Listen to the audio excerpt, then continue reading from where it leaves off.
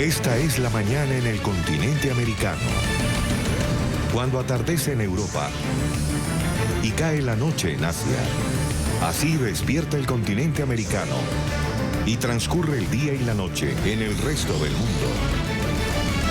La mañana. La Marina de los Estados Unidos admite que los 3 videos de ovnis publicados por el diario The New York Times hace unos meses son objetos reales no identificados. En mayo de este año, los pilotos de la Marina de Estados Unidos aseguraron haber visto estos objetos que se movían a una velocidad hipersónica, es decir, a gran velocidad. Y no solo eso, ya que estos cuerpos extraños realizaban maniobras imposibles en el aire frente a la costa este de Estados Unidos. Así lo dio a conocer el diario estadounidense. El presidente Donald Trump comentó en ese momento que se le informó sobre estos avistamientos de objetos voladores, pero se mostró bastante escéptico sobre la existencia de ovnis.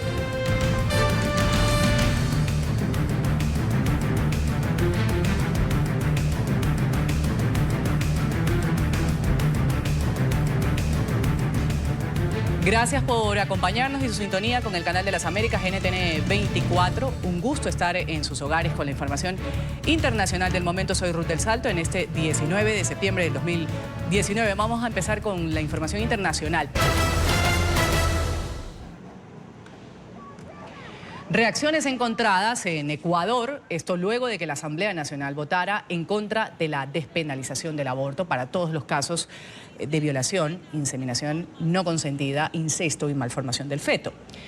Para la aprobación de la propuesta de reforma legislativa y permitir la interrupción del embarazo, eran necesarios 70 votos, sin embargo, solo contó con el respaldo de 65 de los 137 asambleístas. Esta decisión estuvo marcada por protestas intensas, además, protagonizadas por grupos que estaban a favor, en contra también de esta medida, que se congregaron en las afueras del recinto legislativo. En Ecuador el aborto es legal solo cuando se encuentra en riesgo la vida o la salud de la gestante y cuando se presenta un embarazo resultado de una violación a una mujer con discapacidad mental. Victoria para grupos pro vida en Ecuador. La reforma del Código Penal que proponía la despenalización del aborto para todos los casos de abuso sexual fue rechazada por la Asamblea Nacional.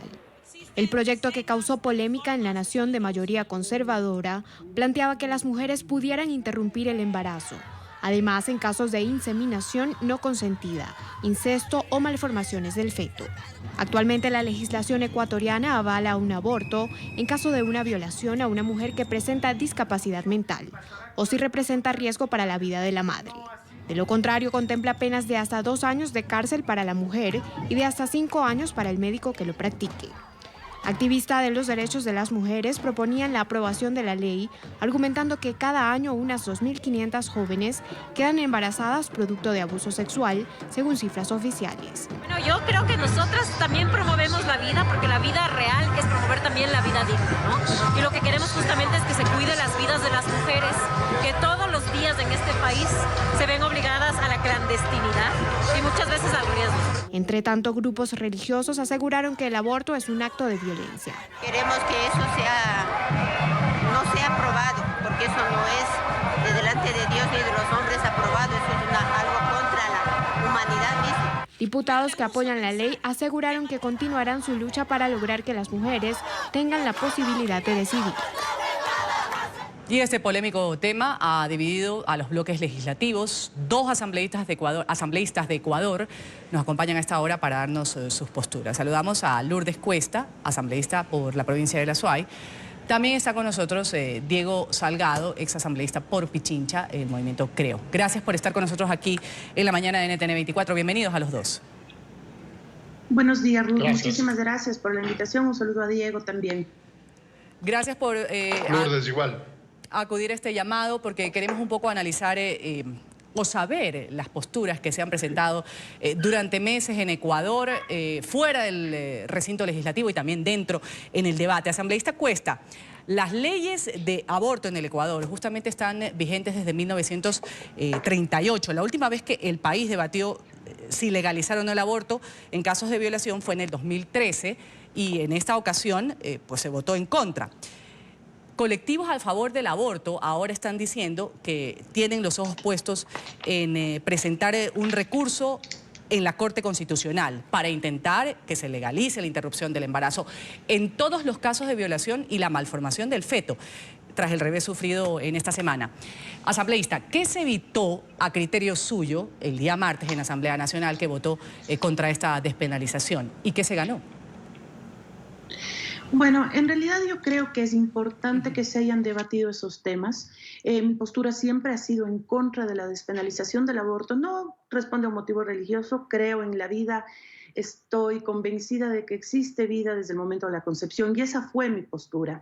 Pero creo que es importante que se traten este tipo de temas. Ruth, usted mencionaba que en el 2013 la Asamblea Nacional ya discutió este tema. Hay que recordar que en ese entonces el presidente Correa hizo que se callen aquellas legisladoras de su movimiento político que trataron de tocar el tema, incluso las sancionaron.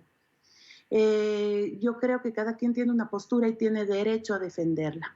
Ahora bien, el hecho de que se puedan tratar estos temas que son tan dolorosos porque no pueden dejar de lastimar, de doler, el conocer ciertas realidades, sirve también para visibilizar problemas sociales. ¿Qué está sucediendo en el Ecuador?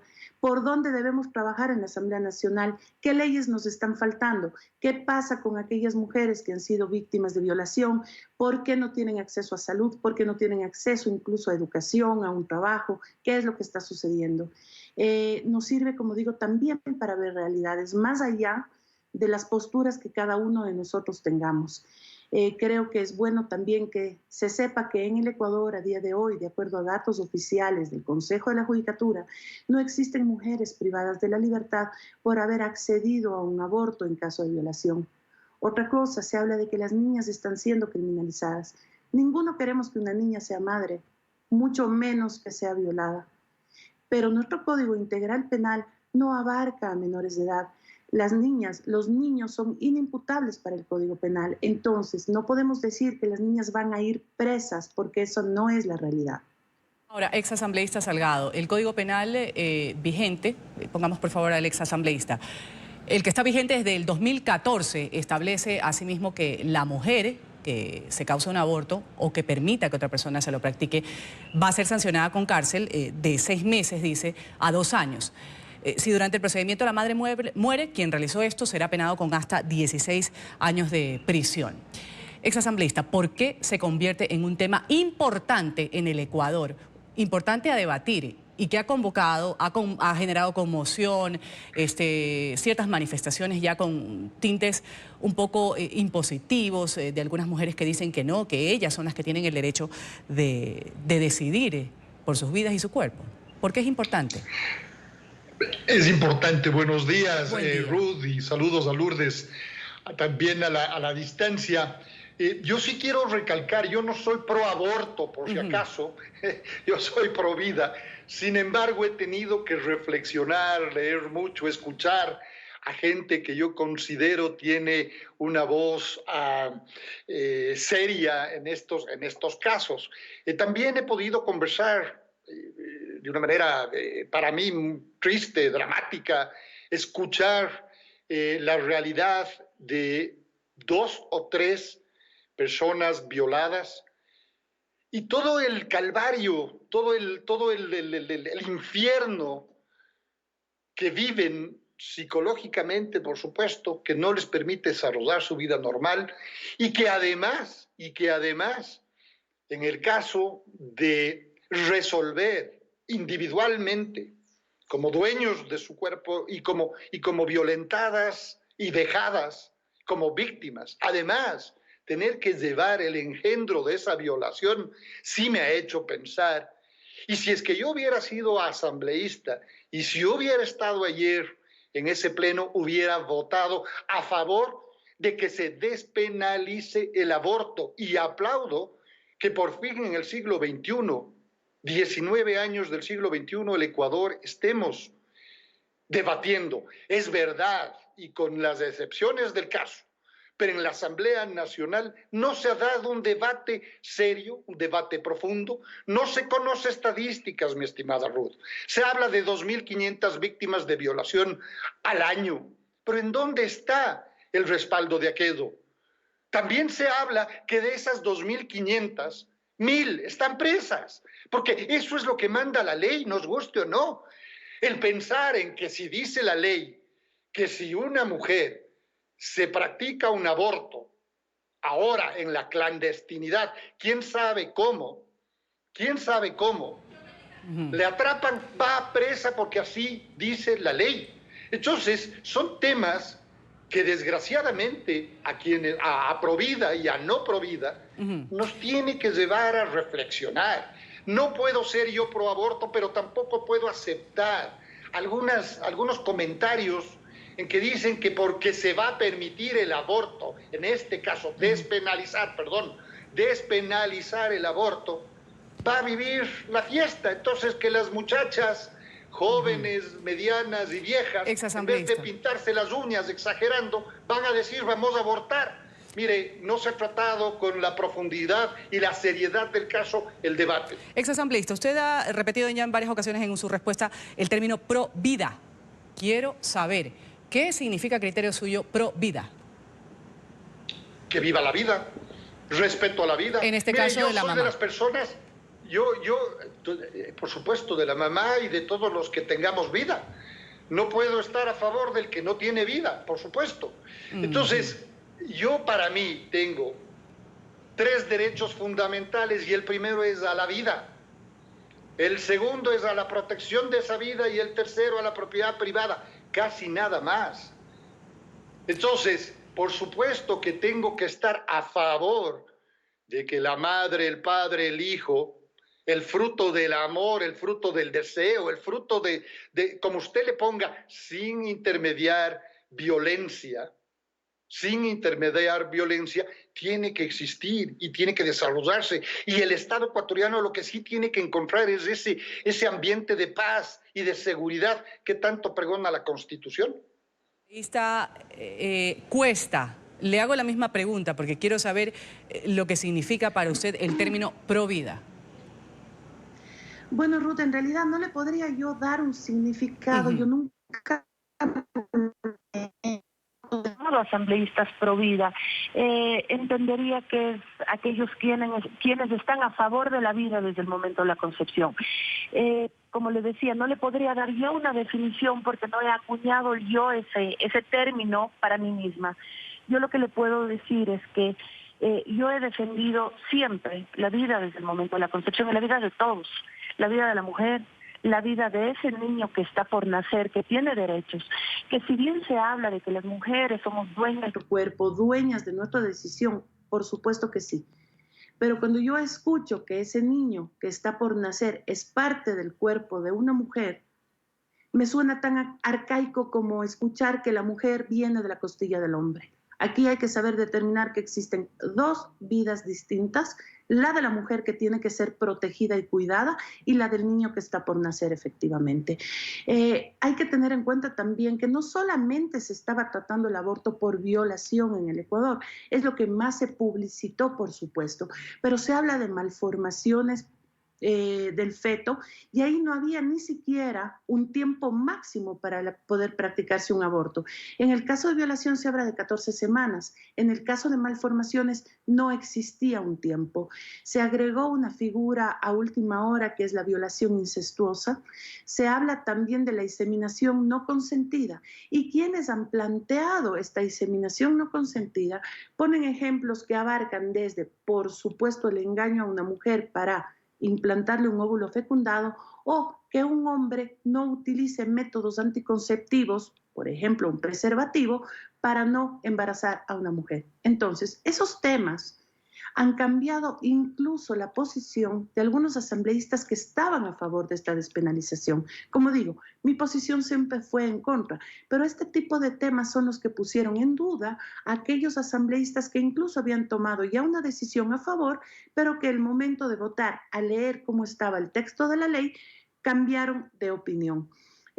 Pero insisto, creo que el debate es importante y sí ha existido un debate amplio, al menos en la Comisión de Justicia.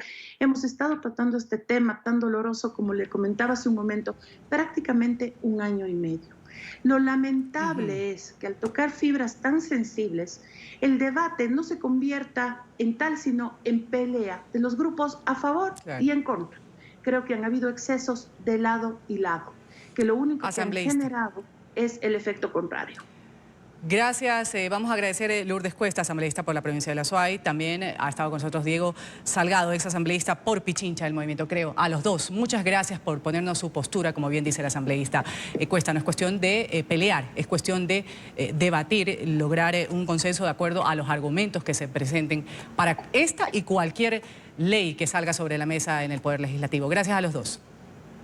Muchas gracias, Ruth. Saludos. Un abrazo, Diego. Igual.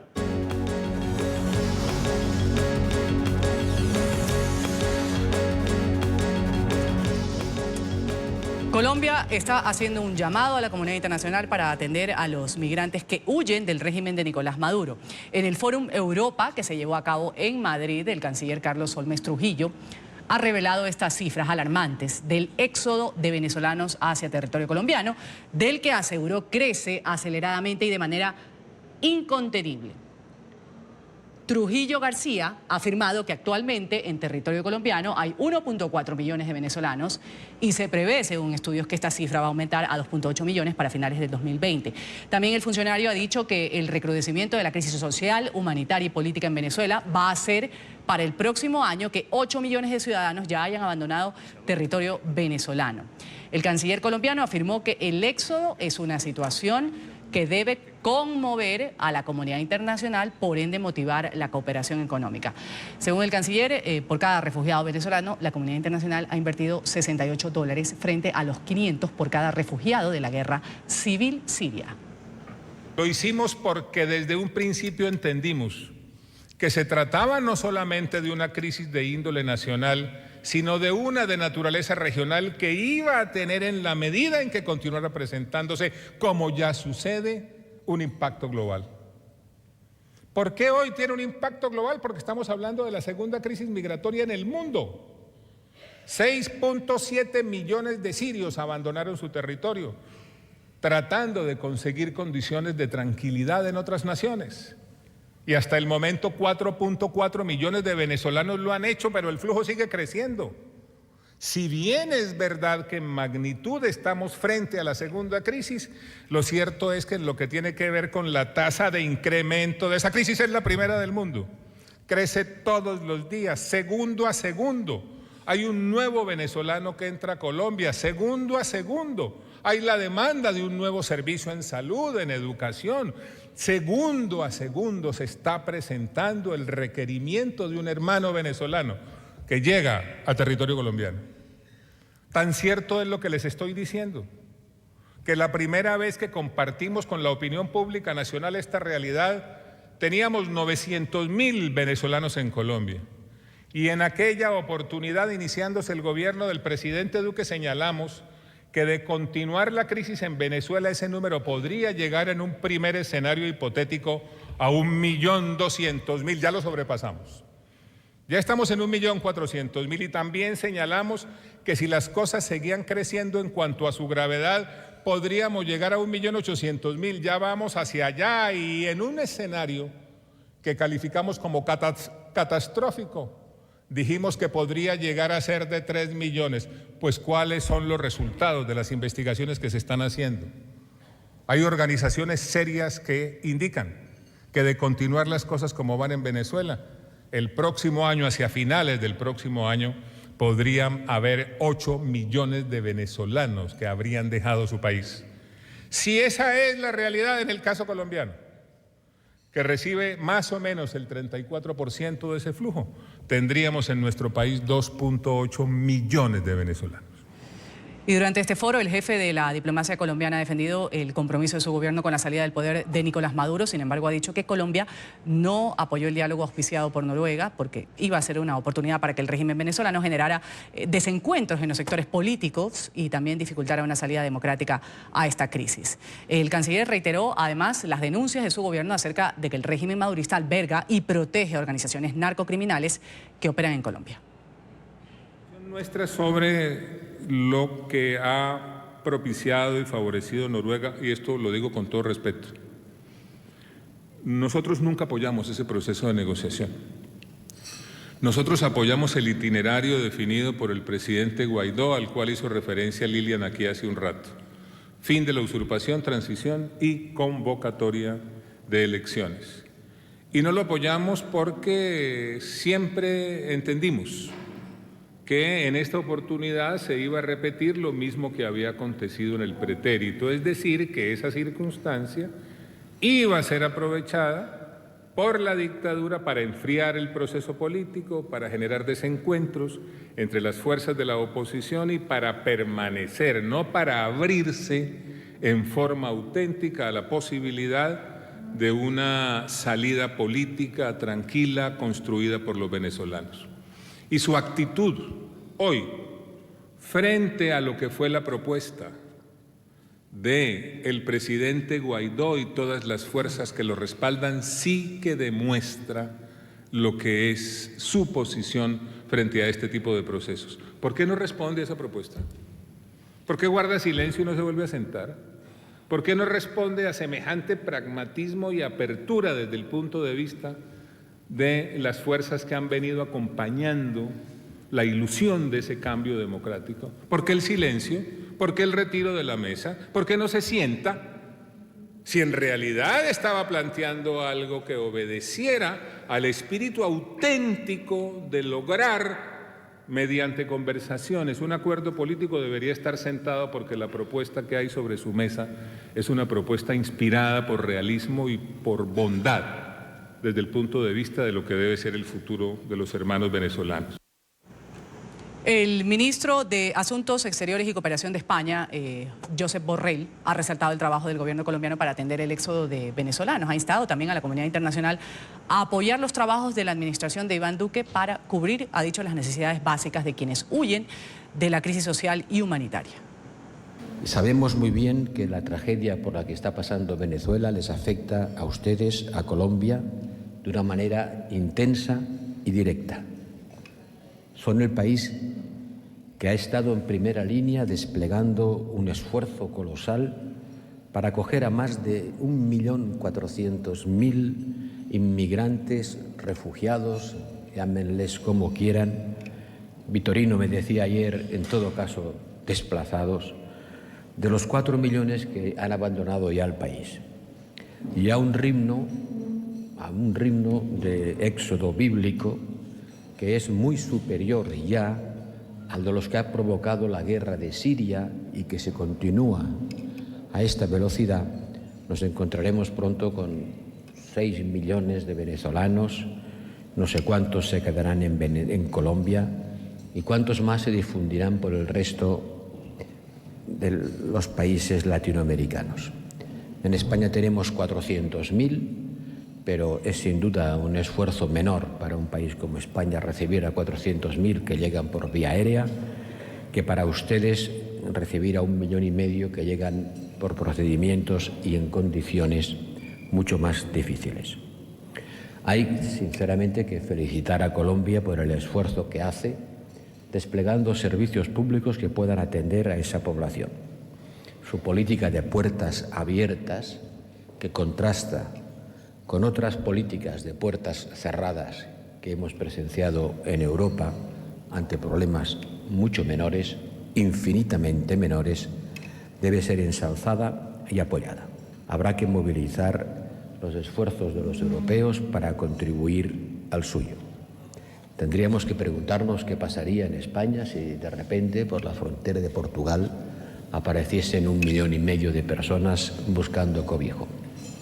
¿Cuál sería la reacción de nuestra sociedad, tan preocupada y atemorizada por las llegadas que se cuentan en escasos miles por el Mediterráneo? Seguramente todo problema tiene que ser valorado en términos relativos con el que sufren otros. Y el nuestro, señor canciller, es infinitamente menor que el suyo y ustedes le hacen frente con muchos menos lamentos y con mucha mejor voluntad que los europeos. Y la migración venezolana en Colombia ha sido un tema que fue tratado en el Congreso de Estados Unidos. Senadores de ambos partidos, demócratas y republicanos, han coincidido en que Colombia está pagando un costo sin precedentes en la historia del hemisferio al enfrentar una crisis de migrantes venezolanos que ya comienza a desestabilizar al país. En Washington la noticia la tiene Emiliana Molina y tiene las reacciones además. Emiliana, un buen día para ti. Ruth, así es, ¿qué tal? Muy buenos días. Pues mientras que escuchábamos al canciller colombiano Carlos Holmes Trujillo asegurando que continuaremos viendo un venezolano nuevo segundo a segundo en Colombia y en otros países de la región, pues senadores aquí en Washington coinciden con el canciller y con su mensaje. El senador republicano por Florida, Marco Rubio, por ejemplo, dice que no se puede hablar de la crisis en Colombia sin poner parte de la culpa sobre el régimen de Nicolás Maduro. Colombia está enfrentando no simplemente la amenaza del ELN y la FARC y los grupos criminales y todos los otros problemas que tiene un país que está desarrollando, sino también que tiene estos elementos criminales operando abiertamente con el apoyo de un país vecino. Y encima de eso también el costo de asumir más de 1.4 millones de personas que han huido de eso y esa cifra puede crecer. Así que una de las cosas que yo quería dejar claro hoy es que es imposible hablar del tema de Colombia sin tocar el tema de Venezuela. Los problemas de Colombia no se van a resolver si no se resuelve el problema de Venezuela. Las declaraciones se dan a conocer después de la audiencia convocada por el Subcomité para el Hemisferio Occidental. Los senadores expresaron la preocupación por el regreso a las armas de algunos reincidentes de las FARC y temen que a pesar de los recursos y el apoyo que Estados Unidos le brinda a Colombia, el narcotráfico no vaya a parar. Al final del día, esas drogas han sido traficadas a los mercados, que es lo que trae el dinero, con la participación y el apoyo del régimen de Maduro y los elementos que operan dentro del territorio venezolano con su apoyo y con su permiso. Así que por eso digo que hay que tocar ese tema. Mientras que eso exista, va a seguir esta industria de cocaína, de la droga, va a seguir difícil de lidiar con eso.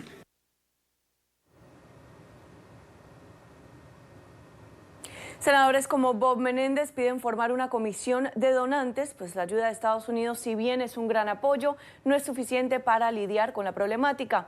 Mientras que el senador Bert Cardin teme que la creciente crisis podría afectar la implementación del proceso de paz.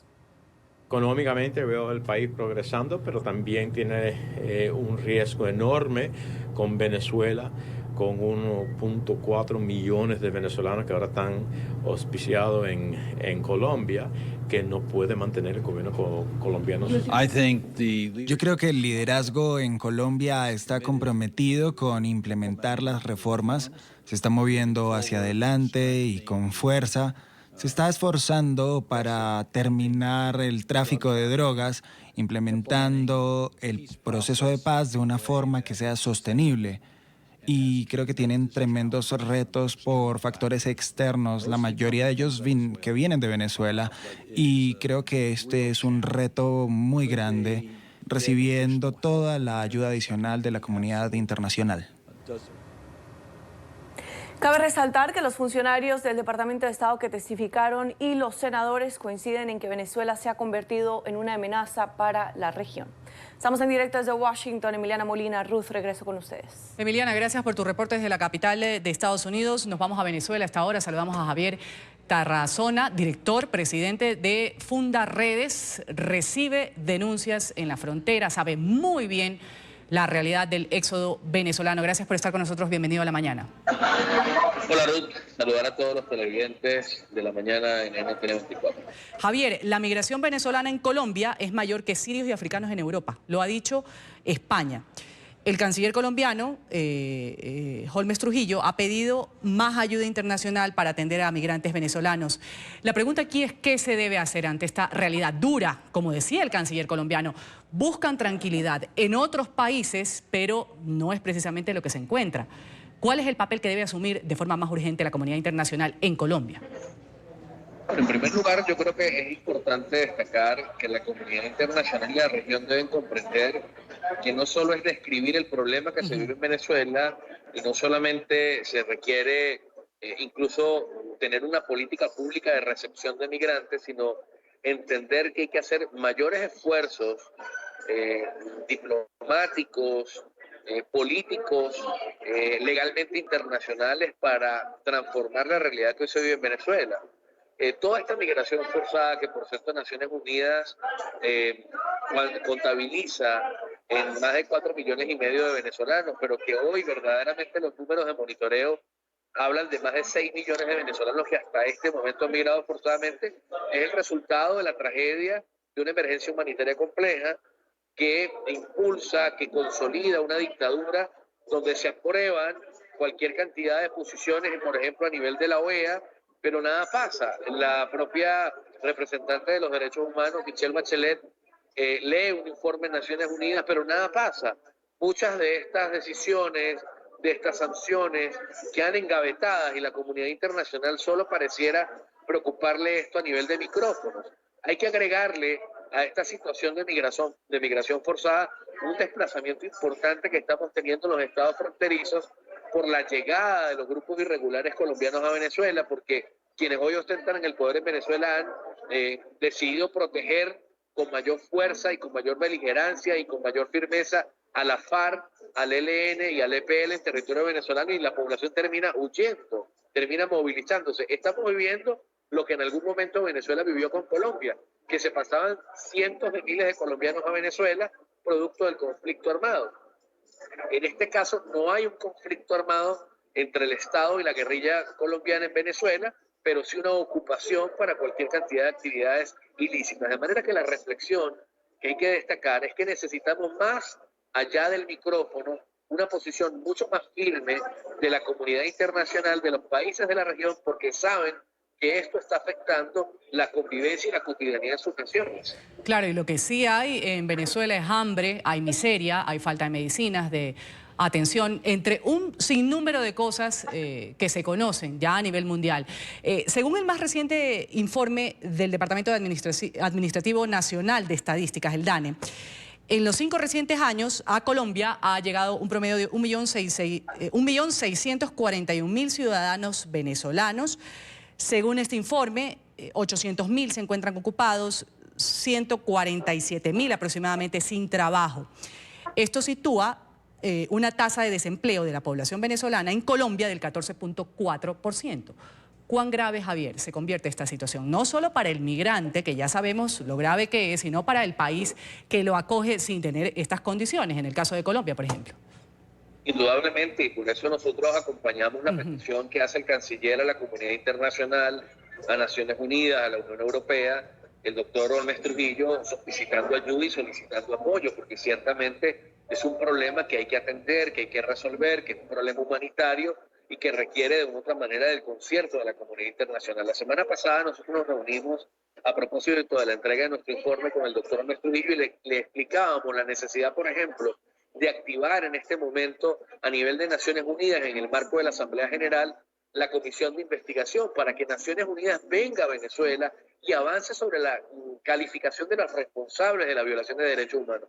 Porque el problema es que ya vino la representante de los derechos humanos, pudo constatar la violación, presentó un informe y nada ocurre, nada pasa, o sea, la tragedia sigue existiendo. Mientras el que ostenta hoy el poder, mientras el régimen sigue despilfarrando recursos de chatarra militar y promoviendo solo una guerra en la boca y moviendo tropas a la frontera y descalificando a cualquier cantidad de personas, bueno, la gente sigue muriendo en Mengo en los hospitales, los niños siguen teniendo, digamos, una dificultad para poder alimentarse. Las escuelas arrancaron las clases esta semana y era sorprendente ver la soledad.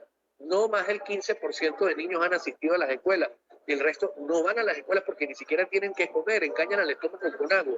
Esa tragedia tiene que convertirse en hechos mucho más concretos y la comunidad internacional tiene que actuar con firmeza frente a los violadores de derechos humanos que hoy ostentan el poder de Venezuela. Senadores de ambos partidos en Estados Unidos, ahí los veíamos, nos lo presentaba desde Washington Emiliana Molina, también están expresando la preocupación por el regreso a las armas de un grupo de la FARC. Han pedido elevar los recursos que se entregan al país, a Colombia, para hacer frente a estas situaciones. El senador Marco Rubio ha dicho que Colombia tiene un vecino que alberga a narcoterroristas y que quieren derrotar al Estado. Tienen una crisis de migrantes que es insostenible, lo ha dicho textualmente. La pregunta aquí es, ¿se trata solamente de recursos? ¿De qué más se trata aquí? Yo creo que acá hay el problema es muy complejo. Ciertamente estamos frente a terroristas que hoy ostentan el poder en Venezuela y lo que han hecho es alinearse de manera más firme. No es que esto es nuevo, la presencia de la guerrilla en Venezuela no es nueva. Esto que hayan vuelto a salir en armas no es nuevo. O sea, Nosotros lo hemos señalado desde la organización que me honro en presidir, desde Fundarredes. Mientras en Colombia se firmó el acuerdo de paz, en Venezuela vinieron a esconderse, a resguardarse. Entonces, quienes hoy ostentan el poder son terroristas que no son políticos, que entienden que hoy estoy en el poder y mañana estoy en la oposición. Ellos van a defender siempre su permanencia en el poder porque esto les permite su mantenimiento de las actividades ilícitas de microtráfico, de narcotráfico, de contrabando, de extracción de minerales, de cualquier cantidad de actividades de economía paralela que hoy consolidan la tragedia, no solo en Venezuela, sino que buscan diseminarla por los países del mundo a través del tráfico de armas, a través de una cantidad de elementos perversos que lo que hacen es indudablemente afectar la dignidad humana. Vamos a agradecer a Javier Tarazona, presidente de Fundarredes, quien está muy empapado sobre la situación de los venezolanos que salen de su país. Gracias por haber estado con nosotros, Javier. A ustedes, Ruth. Un abrazo. Y buen día.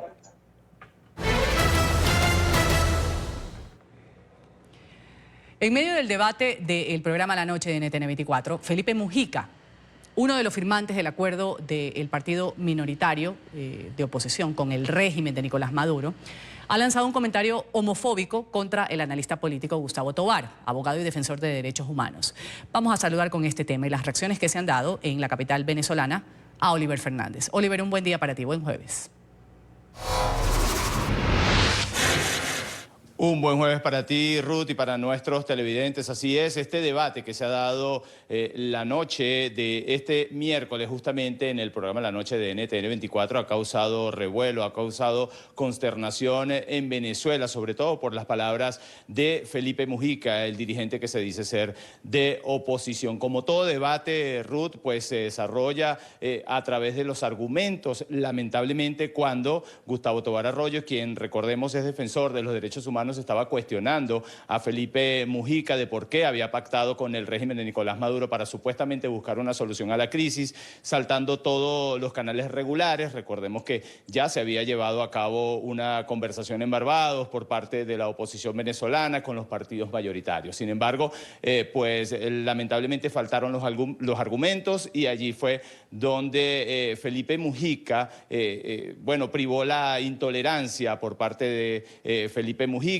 y también faltaron los argumentos, y esto por supuesto se calentó, como decimos acá en Venezuela, y lamentablemente también saltó la homofobia por parte de Felipe Mujica hacia Gustavo Tovar Arroyo, que recordemos que también es historiador y defensor de los derechos humanos. Pero vamos a ver cómo se desarrolló este debate.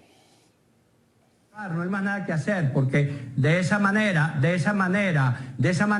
discuten solamente los animales, y yo no formo parte de eso. Ojalá tú tengas la capacidad de decirme, Nina, viéndome a los ojos. Tú lo que eres un traidor, y dices las barbaridades que te da la gana, y lo dices desde Miami, y tú eres un homosexual, y tú eres un homosexual, ¿vale? Tú eres un homosexual, Tú eres un homosexual, ¿vale? Imbécil. No tienes argumentos, eres un pobre diablo. Serás un pobre diablo de aquí para toda tu vida. Que no dejas hablar. Y aunque no soy homosexual, tú no obviamente ese es el cariz de la traición. Porque no tienes argumentos. Acabas de decir que descalificas. Usa argumentos, ¿vale? Señor Tovar, pero como la traición no te impide ver, estás en ese plan. Entonces tu argumento es que soy homosexual. No seas bruto, no seas imbécil.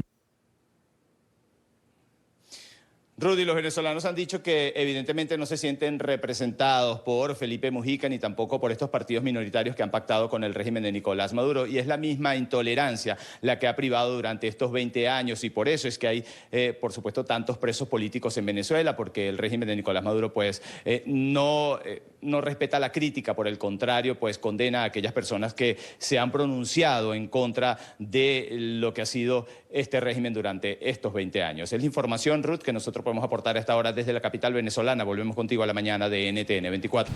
Continuamos con el programa. El gobierno de Estados Unidos ha anunciado que va a proceder a prohibir los cigarrillos electrónicos. La razón, un notorio aumento de casos de enfermedades, también problemas respiratorios, así como fallecimientos relacionados al uso de estos aparatos. La mayoría de estos productos van a tener que salir del mercado y Nueva York abandera esta propuesta. Alejandro Rincón tiene el tema y la noticia.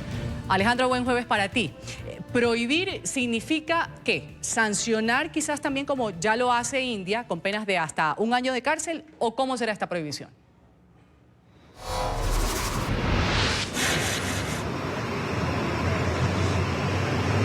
Hola, feliz jueves para todos. Las autoridades de Nueva York, unas de las primeras a través de los Estados Unidos en emprender este tipo de sanciones o de medidas urgentes, junto con el estado de California, no prevén por ahora ordenar que haya cárcel para quienes sigan distribuyendo estos cigarrillos electrónicos con sabores, sino que va a haber sanciones de naturaleza económica. Establecimientos comerciales como donde nos encontramos ahora tienen 2 semanas para sacar completamente la distribución de los líquidos con sabores, que son justamente los que han estado en el centro de la controversia por el uso de estos dispositivos electrónicos. Solo se va a autorizar la distribución de los sabores de menta y de tabaco, es decir, el veto implementado por el estado de Nueva York no es total, es parcial. Y de nuevo, la medida que se prevé por ahora es que quienes dentro del lapso de 2 semanas no saquen de circulación estos sabores, como por ejemplo el de chicle o el de cereal, que es uno de los que incluso llega a ser más popular entre los jóvenes, pues se exponen esencialmente a sanciones económicas de por lo menos $2,000. En las últimas horas ha habido una controversia incluso porque los comerciantes justo denuncian que esto puede afectar negativamente a sus negocios. Sin embargo, el gobernador del estado de Nueva York, Andrew Cuomo, reafirmó y defendió la medida de imponer este veto en los siguientes términos. Es que vienen de muchos sabores y esto atrae a los jóvenes. Nosotros podemos darnos cuenta de estas cosas y entonces por eso decimos que es legal. Los cigarrillos electrónicos vienen en diferentes sabores, con sabor a chicle, quizás a dulces y muchos otros. Y obviamente esto resulta muy atractivo para los jóvenes. Entonces lo ponemos allí en las vitrinas de las tiendas porque simplemente tienen una bonita cara, pero en realidad no significa que así sea. Así que tenemos cerca del 20% de chicos en la escuela que están involucrados en este tipo de consumo. Es un número que continúa creciendo.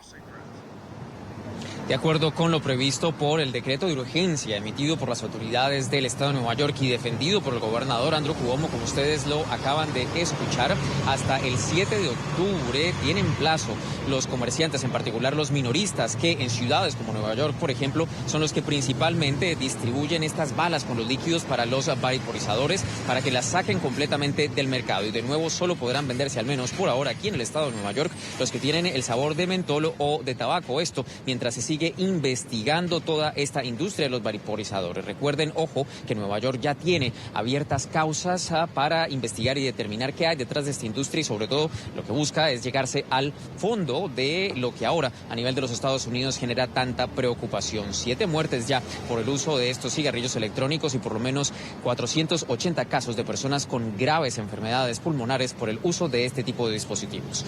Es todo lo que tenemos para ustedes por ahora. Continúen con más en el Centro Internacional de Noticias. Y seguimos con el programa La Mañana de NTN 24, agradeciéndoles por supuesto su sintonía con el Canal de las Américas. Revisamos lo que es noticia en el mundo. México está conmemorando el día de hoy el 2º aniversario del terremoto que azotó el centro del país en el 2017. Varios actos van a rendírsele tributo en estos eventos a 370 personas que perdieron la vida en el sismo y las réplicas que le siguieron. El acto central ha tenido ya lugar en el Zócalo de la capital, donde bomberos, policías, ejército y parte del gabinete del gobierno han rendido homenaje a las víctimas. El presidente López Obrador izó la bandera a media asta, ha declarado día de luto nacional por los sismos de 1985 y 2017. Por ser un día especial de luto nacional, por eso se izó la bandera a media asta.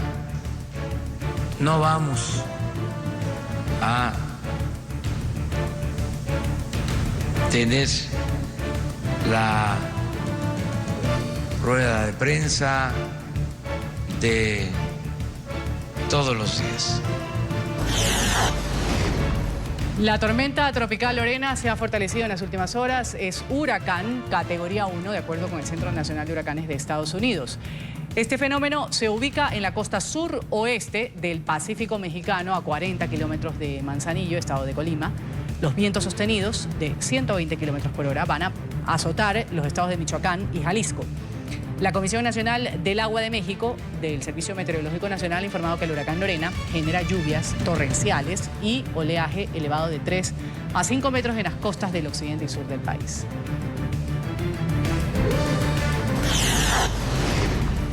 En las islas de Bermudas sufren las consecuencias del paso de Humberto, otro huracán. Entre 16.000 y 20.000 habitantes de esta isla o de las islas están sin luz por el paso de este fenómeno categoría 3. El huracán ha causado daños en los muelles en la ciudad de Hamilton, donde los vuelos han sido cancelados por los fuertes vientos, también las torrenciales lluvias.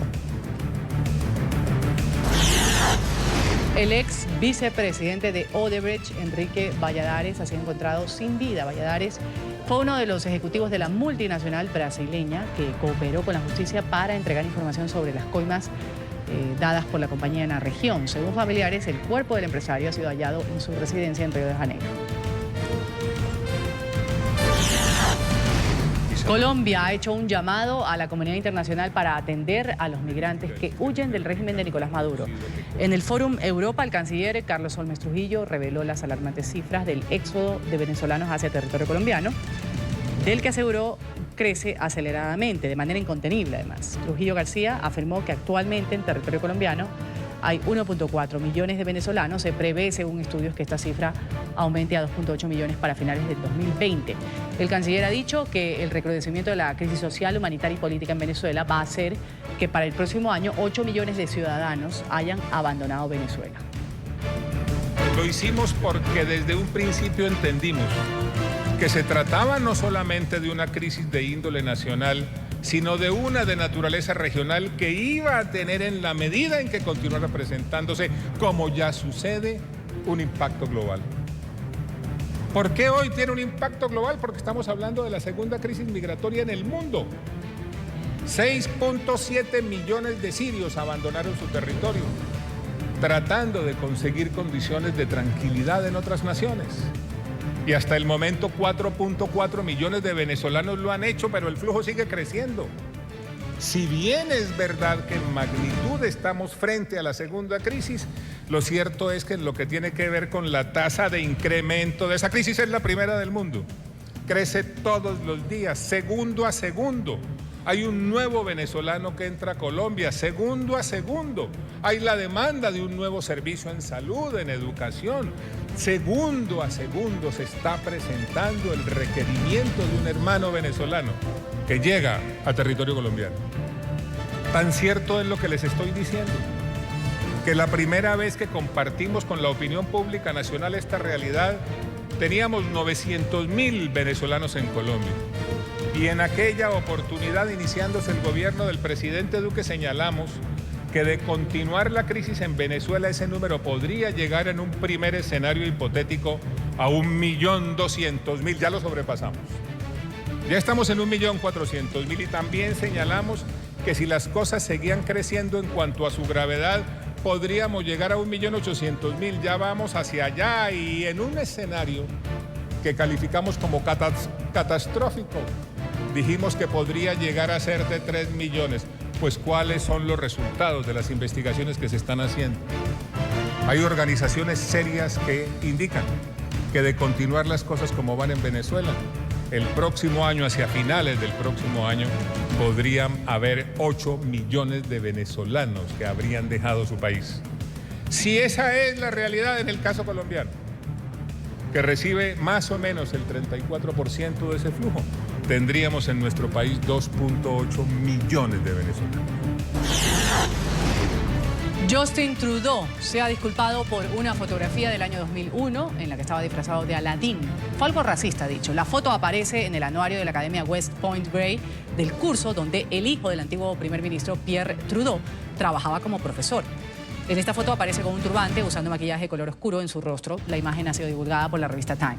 En ese momento, Trudeau tenía 29 años. Representantes de los partidos de oposición, ahora, cuando se ha difundido esta fotografía, han calificado el hecho como un acto racista. En 2001, cuando era profesor en Vancouver, asistí a una gala de fin de año cuyo tema era Arabian Nights y yo me vestí con un disfraz de Aladino y me puse maquillaje. No debía haber hecho eso, debería haber sido más consciente, pero no lo hice y lo siento mucho.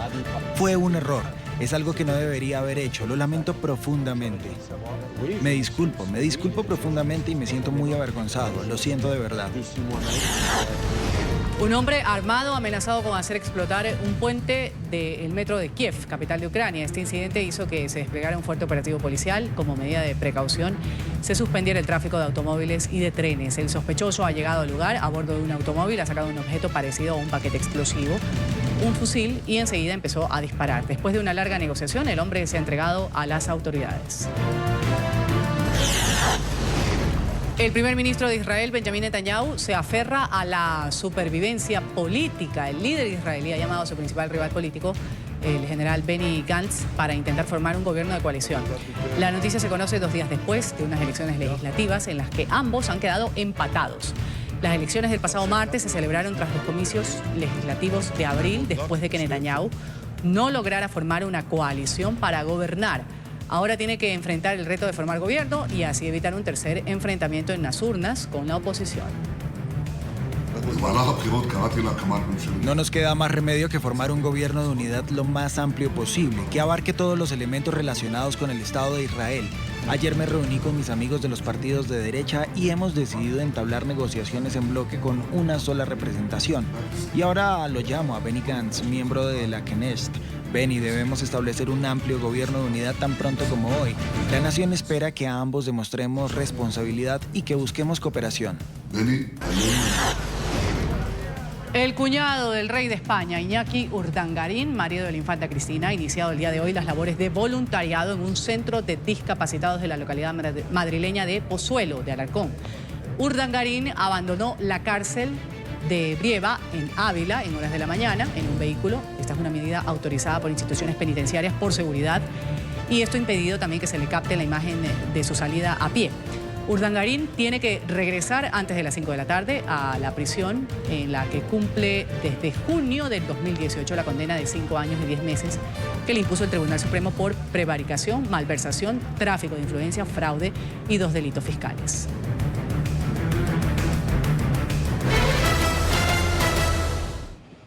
Una organización política para representar a mexicanos en Estados Unidos. Esta es la propuesta del Partido Nacional Migrante Mexicano.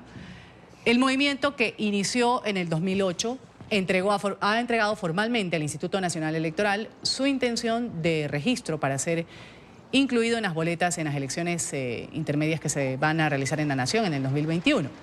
Su visión es hacer reformas, también presentar leyes para defender los intereses de los ciudadanos mexicanos que hacen vida en el exterior, en especial los indocumentados, evitar que sean víctimas de procesos judiciales injustos.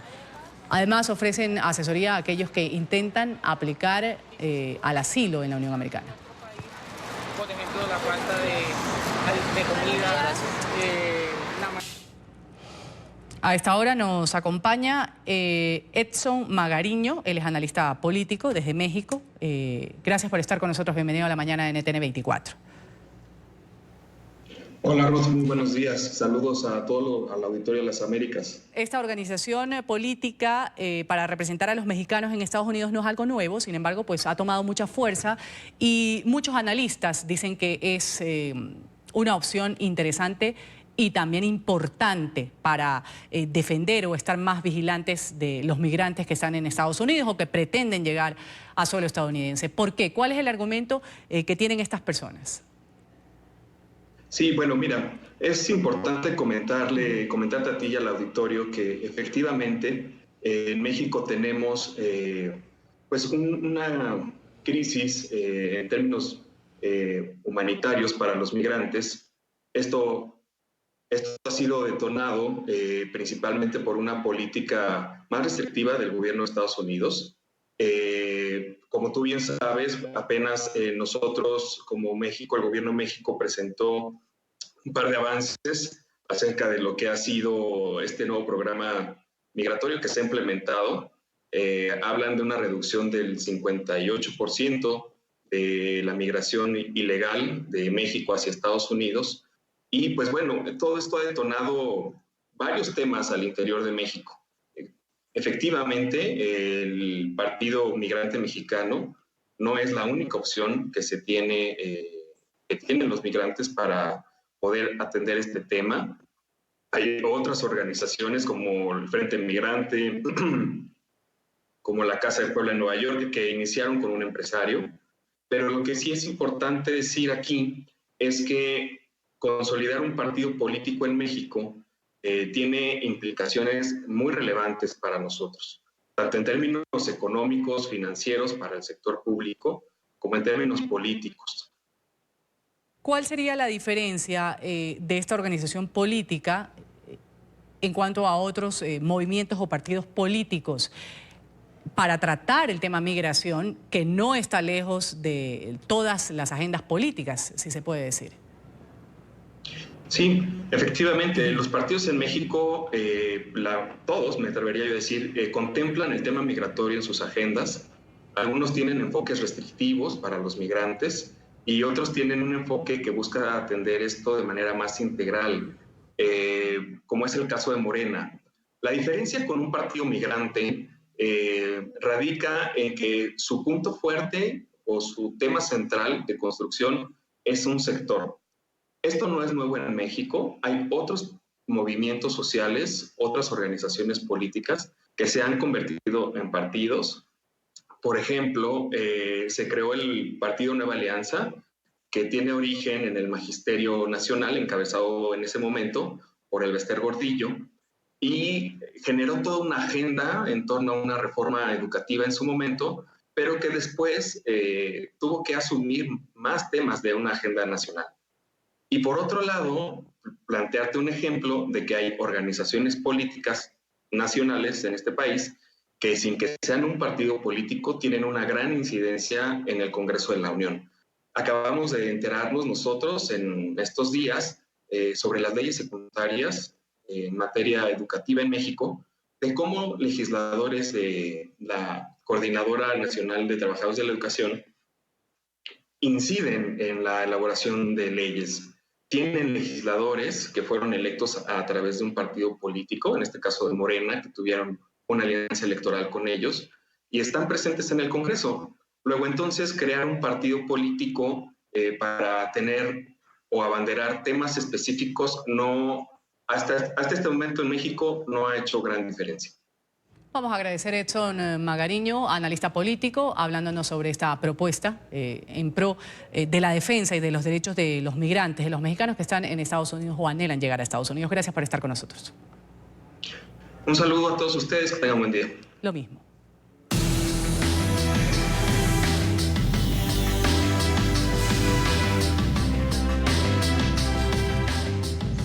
Hablamos ahora del gobierno de Angela Merkel, que va a presentar su paquete de acciones climáticas con las que espera reducir la producción de gases de efecto invernadero. Para conocer estas propuestas de Alemania vamos a hacer contacto con Juliana González. Ella es analista política de nuestra cadena aliada Deutsche Welle en Berlín. Adelante, Juliana.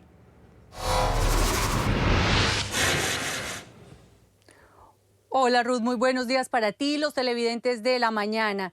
En efecto, mañana se celebra la gran manifestación de los Viernes por un Futuro y están convocados los jóvenes y los adultos, y el gobierno alemán también presentará mañana su paquete de medidas ambientales. Este paquete es como una espada de Damocles para la canciller del clima, como se le conoce a Angela Merkel, y esto incluye medidas tan diversas como promover los vehículos eléctricos, impuestos para la carne y para los vuelos locales para desincentivar su consumo, pero también hay grandes voces que buscan que precisamente lo que Alemania debe hacer son medidas mucho más radicales, como imponer el impuesto al CO2 y acabar de una vez con el tema de los fósiles, especialmente la importación, por ejemplo, de carbón de países como Colombia o también del petróleo.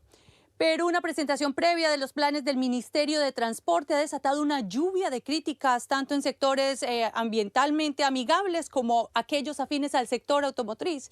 Y la principal crítica radica en que esos 75.000 millones de euros que podría costar el plan carecen de un efecto directo sobre el cambio climático, porque no tienen una obligatoriedad y porque el alcance de las medidas, si no se busca lo del carbón, sería muy limitado. En Alemania, los expertos coinciden en que este plan efectivo debe comprender 3 aspectos centrales. El primero es que los gases efecto invernadero se calculen dentro de los costos de producción. El segundo es que se cree un marco regulatorio en materia ambiental de obligatorio cumplimiento. Y el tercero es que se impulsen inversiones en sectores limpios con el dinero recogido de esa sobretasa y así generar empleo y reducir el impacto económico en el bolsillo de los consumidores finales.